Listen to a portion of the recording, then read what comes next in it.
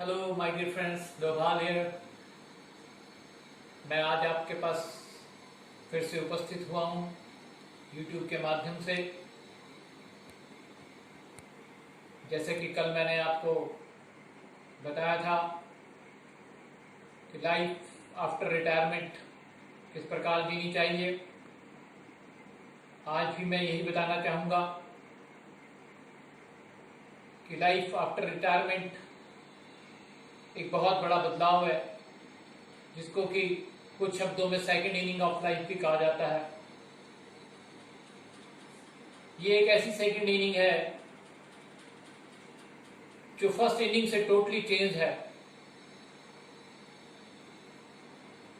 जब हम ऑफिस जाते हैं तो हमारी दिनचर्या बिल्कुल एक डिफरेंट होती है। टाइम से खाना, टाइम से पीना, टाइम से चलना, हर चीज हमारी टाइम से होती है। लेकिन वहीं जब हम सेकंड इनिंग में आते हैं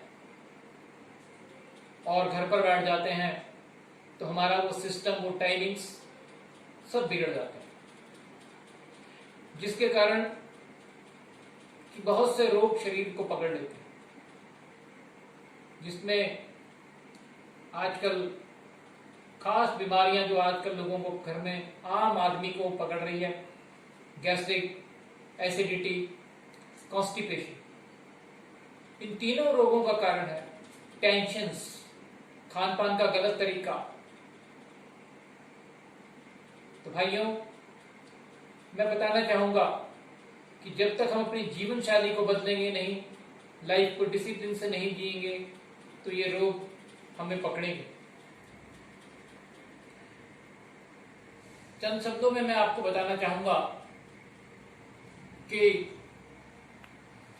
आज जो हमारी जीवन शैली है, खान पान का ढंग है, fast food, even young generation जो हमारी है वो इस फास्ट फूड को ज्यादा सेवन कर रही है। आलू के परोठे, मूली के परोठे, ये सब चीजें हमारे शरीर के लिए हार्मफुल है। एसिडिटी, गैस्ट्रिक और कॉन्स्टिपेशन की मेन कारण हमारा ही खान पीन है। मैं आपको बताना चाहूंगा कि यदि आप इस प्रकार का नाश्ता छोड़कर फ्रूट्स के नाश्ते पे आ जाएं कि आप मॉर्निंग में फ्रूट्स लें, मैं ये नहीं कहूँगा कि आप 1 किलो फ्रूट खाइए। आप जितना आपको ठीक लगता है, उतना जो आपको लगता है कि इसमें मैं सेटिस्फाइड हूँ, उतना से आप फ्रूट लीजिए। उसके बाद आप लंच लीजिए, बढ़िया लंच लीजिए, आप अपना सैलड साथ में लीजिए। लंच जो आप करना चाहते हैं, आप भरपूर लंच कीजिए, अपना पेट भर कर बढ़िया खाना खाइए। और शाम के टाइम पे आप 7, 7:30 बजे से पहले खाना खा लीजिए।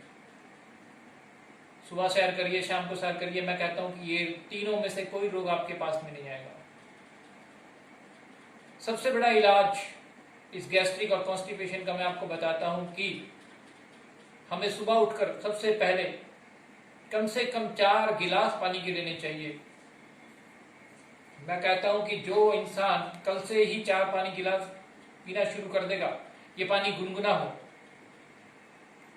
उस इंसान को कभी भी गैस्ट्रिक ट्रबल नहीं होगा, उस इंसान को कभी भी कॉन्स्टिपेशन नहीं होगा, उस इंसान को कभी भी एसिडिटी नहीं होगी। ये मेरा वायदा है। दूसरी बात, हम जब भी खाना खाते हैं तो पानी के 1 नहीं, कई बार तो 2 गिलास साथ में रखते हैं। मेरी एडवाइस है कि पानी खाने से 1 घंटा पहले या खाना खाने के 1 घंटा बाद ही सेवन करें। और यदि बहुत इमरजेंसी है तो मैं आधा घंटा कहूंगा, उससे पहले किसी को भी पानी का सेवन नहीं करना चाहिए। क्योंकि आपको मालूम है कि हमारी बॉडी के अंदर ऑलरेडी हीट है, और इस हीट के ऊपर जब हम गर्म ठंडा पानी पीते हैं तो उस पानी से भाप निकलेगी, वो हमारी बॉडी के अंदर गैस्ट्रिक पैदा करेगी, या वो हमारे भोजन को सड़ा देगी, जिसके कारण कि हमें कॉन्स्टिपेशन होगा या एसिडिटी होगी। इसलिए मेरे फ्रेंड्स, मेरी एडवाइस है कि पानी खाने के साथ ना पिएं। अगर आप इन 3 चीजों को सुबह उठकर 4 गिलास पानी पी लें, खाने के साथ पानी के उपयोग को बंद कर दें और ये फास्ट फूड का सेवन बंद कर दें, तो ये सारी ट्रबल्स आपकी खत्म हो जाएंगी। गैस्ट्रिक आपकी जड़ से खत्म होगी, कॉन्स्टिपेशन आपकी जड़ से खत्म होगी, एसिडिटी आपकी जड़ से खत्म होगी। ये मेरा वायदा है। इसके पश्चात हम अपनी जीवन शैली को उत्तम बनाने के लिए यदि योगाभ्यास अपने जीवन का हिस्सा बना लें तो मेरे ख्याल से हम सभी रोगों से निरोग हो जाएंगे। मैं आपको कुछ एक्सरसाइज का डेमोस्ट्रेशन यहाँ पर देता हूँ जो आपको इन रोगों से, कॉन्स्टिपेशन, एसिडिटी और गैस्ट्रिक से निजात दिलाने में कामयाब होंगे। मैं आपको वो एक्सरसाइज के डेमोस्ट्रेशन देता हूँ, आप देखिए। आशा है आप स्वस्थ जीवन जिएंगे।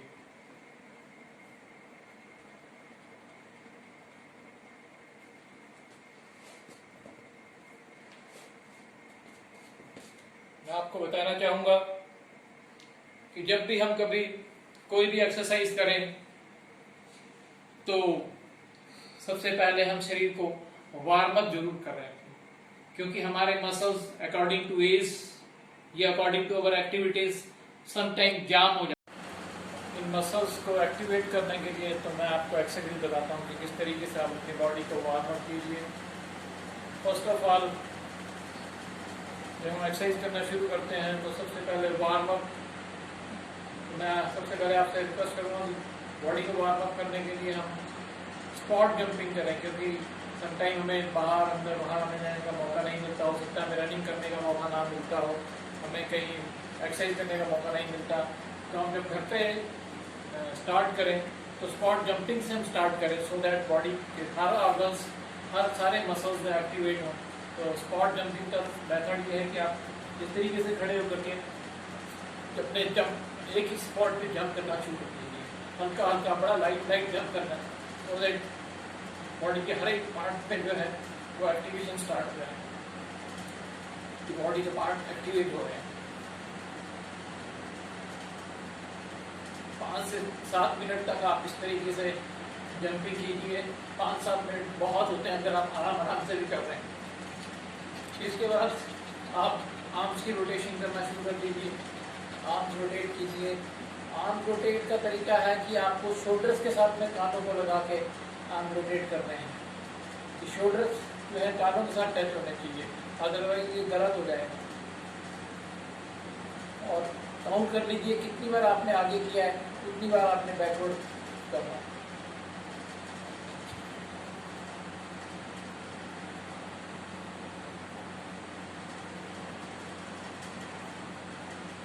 इसके बाद अगेन स्पॉट जंपिंग और हैंड्स अप करने हैं आप।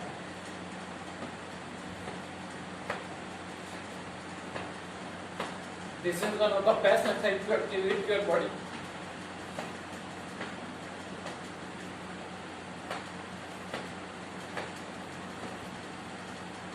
और अगर आपकी एज ज़्यादा है और आप जंपिंग वंपिंग नहीं कर सकते हैं तो आप खड़े खड़े अपने लेग्स को इस तरीके से स्ट्रेच कीजिए। ये मेथड है आपके ऑर्गन्स एक्टिवेट करने के लिए। राइट साइड, लेफ्ट साइड, आप दोनों हैंड्स को लेके जाइए। इससे आपके बॉडी के फैट्स भी रिड्यूस होंगे। तो बाकी आप लोग जानते ही होंगे बॉडी को एक्टिवेट करने के लिए क्या जरूरी है। तो आप इन वार्मिंग अप एक्सरसाइज को रेगुलरली 5 से 7 मिनट, 8 मिनट, 10 मिनट तक आप रेगुलर करने के बाद आप एक्सरसाइज पे आ जाइए, सो दैट कि आपको एक्सरसाइज करना थोड़ा इजी हो जाए। तो आज मैं जो बताने जा रहा हूँ आपको कॉन्स्टिपेशन, गैस्ट्रिक ट्रबल और एसिडिटी के लिए एक्सरसाइज बताने जा रहा हूँ। आप सबसे पहले ज़मीन पे बैठ जाइए।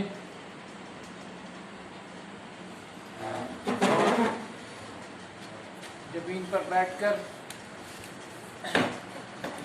पीछे हो जाइए, पीठ के बल लेटिए।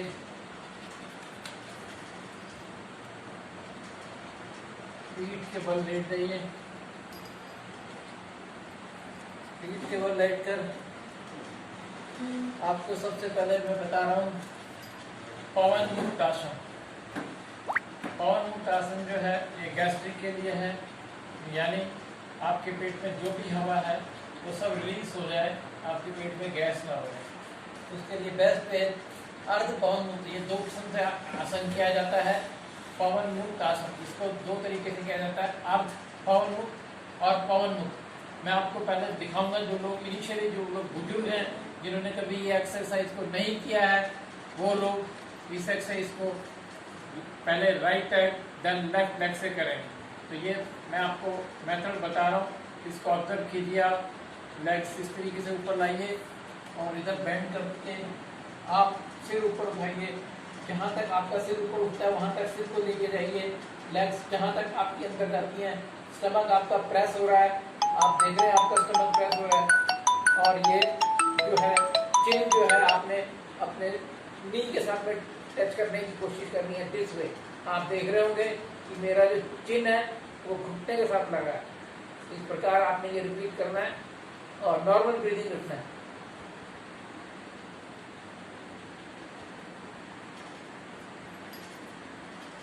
धीरे धीरे वापस अपनी जगह पे जाइए, स्ट्रेट।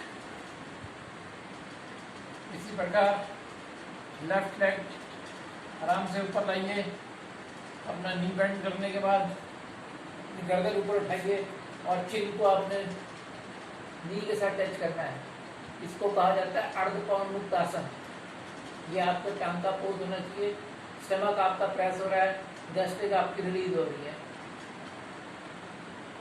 जितनी देर तक आप इजीली कर सकते हैं उतनी देर आप इस एक्सरसाइज को दोहराइए, कीजिए।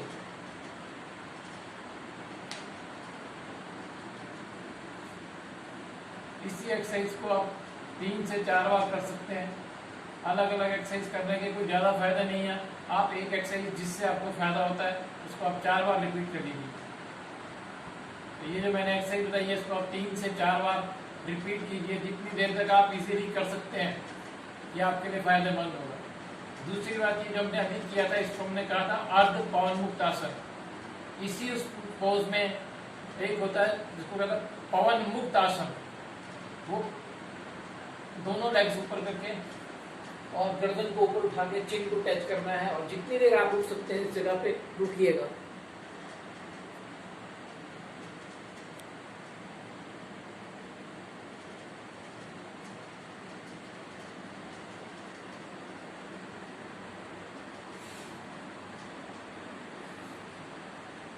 हाथों का पोज इस जगह पे इस तरीके से ग्रिप बना के आप घुटनों को पकड़िए। ये ग्रिप जब आपका बनेगा तभी आपके घुटने पकड़ में आएंगे। जहाँ तक आप जा सकते हैं। मैंने चिन टच किया, इसका मतलब ये नहीं कि आप लोग भी चिन टच करें। जितना आपसे इजीली हो सकता है उतना करना है, स्ट्रेस देने की जरूरत नहीं है। ये आपका पवन मुक्त आसन मैंने आपको बताया। आप इससे गैस्ट्रिक ट्रबल आपकी हील होती है, एसिडिटी में आपके इफेक्ट पड़ता है, कॉन्स्टिपेशन जिन लोगों को दूर होता है। इसके बाद आपने अगर ये एक्सरसाइज 3 मिनट की है, 2 मिनट की है, 1 मिनट की है, तो आप डबल उसके रेस्ट कीजिए। और इसको बोलते हैं शव आसन, रिलैक्सेशन पोज जिसको बोलते हैं। और इस पर आप रेस्ट कीजिए। लेग्स को थोड़ा अपार्ट करके और हाथ धीरे छोड़ के साइड पे, इस तरीके से ये आप शवासन करें।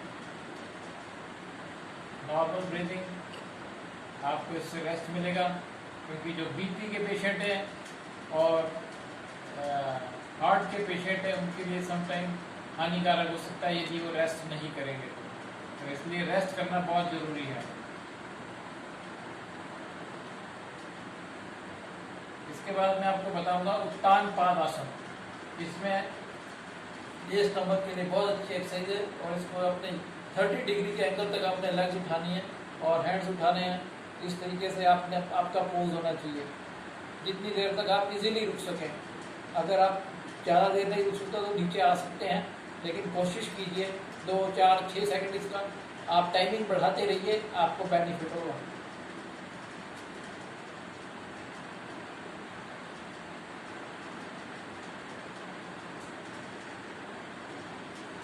धीरे धीरे नीचे आ जाइए। ये एक्सरसाइज 2 से 4 बार आप इसको रिपीट कीजिए कम से कम 4 बार अगर आप इस एक्सरसाइज को रिपीट करते हैं तो ये एक्सरसाइज आपके लिए बहुत बेनिफिशियल एक्सरसाइज। इसके बाद एक्सरसाइज आती है उत्तान अंगुष्ठ आसन। इसको आपने नाक के साथ लगाना।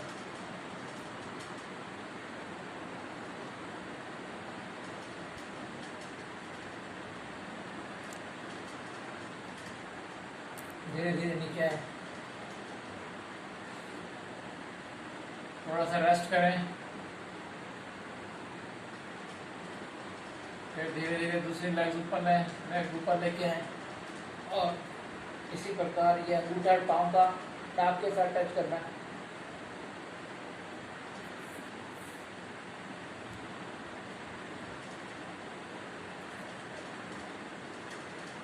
धीरे धीरे नीचे आइए।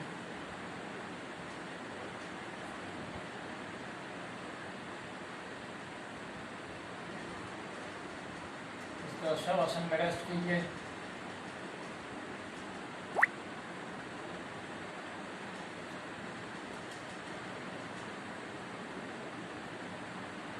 इसी प्रकार इसी पोज में अगेन अपने दोनों लेग्स इस तरीके से ला करके नाक को छूना है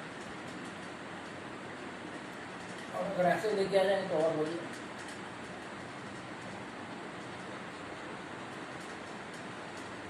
टांगों के नीचे से हाथ पाँव के ऊपर,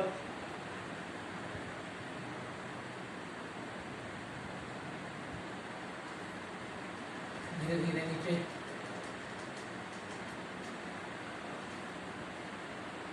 शवासन में रेस्ट कीजिए।